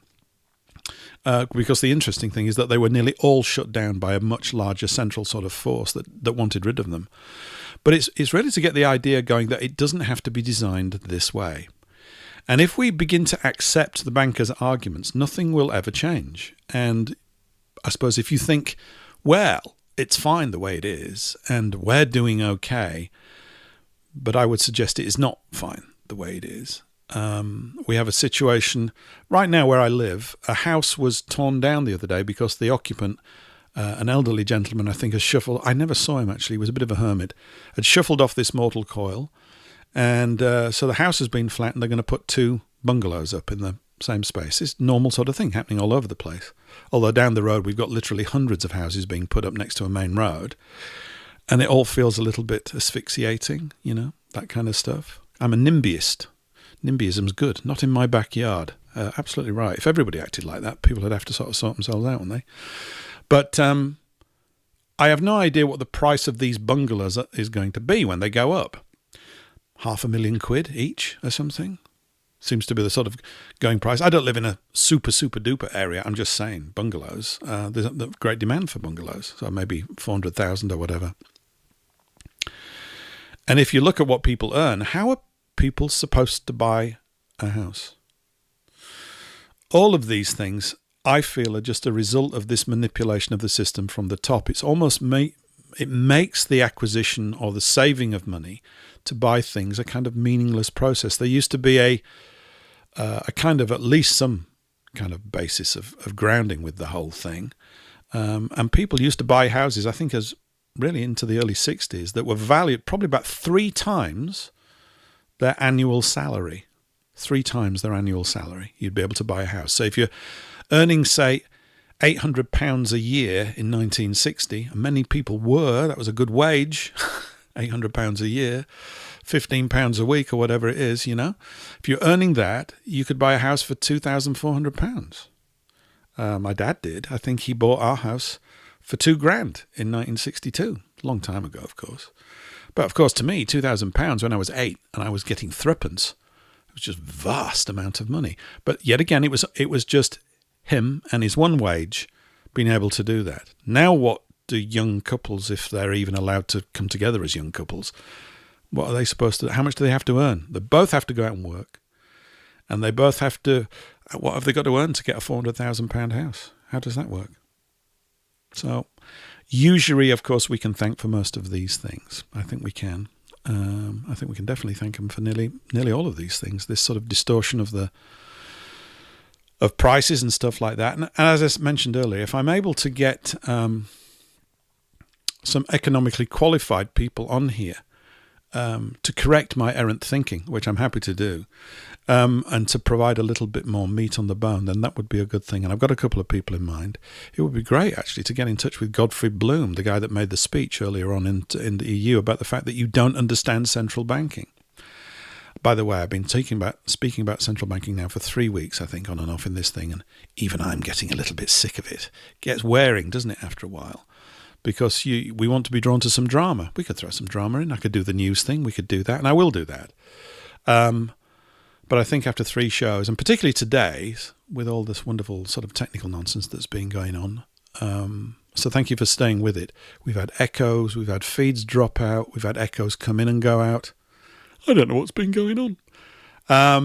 It'll be time to move things on to other stuff. I'm going to be looking for guests to bring in and to change it up a little bit. My goal was to do this all Billy No Mates for 2 or 3 shows to find out how hard it is. It's not quite what I thought it would be. Some bits are okay. Other bits, I've got big question marks against certain aspects of it.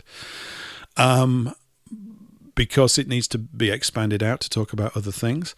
But the last sort of thing I would say for now, as I can see we're about to sort of go to close down in a couple of minutes, is that we've got an immense challenge in front of us, and simply talking about the stuff even that I'm talking about is not enough. I'm really aware of that. Even understanding the historical reasons why we're in the mess is useful, and it's as good a use. It's better than not understanding them, but there's other things that we have to do, and it's getting a decision of reclaiming sovereignty, as it were, over our nations and who we are and how things are to be. It's very easy to always take the easy way out, which they will offer us time and time again. You know, I passed a company today on the high street. You may have seen them. They say WeBuyAnyProperty.com, I suppose. WeBuyAnyCar.com. These are companies over here in the UK, and I've looked at this for about a year. I'm thinking, well, where are you getting the bulk of money to just turn up and buy this stuff?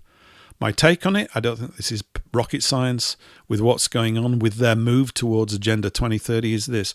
They're out there. Someone's released a few trillion or whatever it is, both sides of the pond across mainland Europe. Let's buy all the properties up. We'll give people money, we'll induce them that way, and the prices of houses will keep going up. They'll own the housing stock, and then you'll be all renting, and slowly they gain that control over that aspect of your life, that you can't own a thing. And this is really what they're looking to do, to bring that into play more fully. And I suspect that company, amongst many others, is part of that process of getting people really not so much in hock, but disconnected from ownership, so that they can never get a foot back on the ladder again and do it. It's a little loud for the end. Okay, so that's the signing out music at the end here from what has been a spectacular technical display of boobery, chicanery and madness. And I have to say, it did kind of disturb my thread. But thank you for bearing with me and getting through the whole thing. I'll check out what's happened technically with the other stuff. I think we're going to have to move to a new streaming provider for next week's show, which I will do. So I'll be back here at the same time next week. In the interim, if you want to hook up on the Telegram channel, just go in there and start throwing songs in, and the more you do, I'll start using them during the show. So that would be good. Hopefully Rumble will work again next week. For those people listening on Speak Free Radio, thank you for putting up with the echo. I find out what that was about too. So that's kind of where we're at. Have a jolly good week. Listen to all your favourite shows. I'll be listening to quite a few. And I look forward to being here next Thursday, free of technical problems, and we'll talk about things other than banking, but it'll probably come back in every now and again for a little while yet. Bye for now.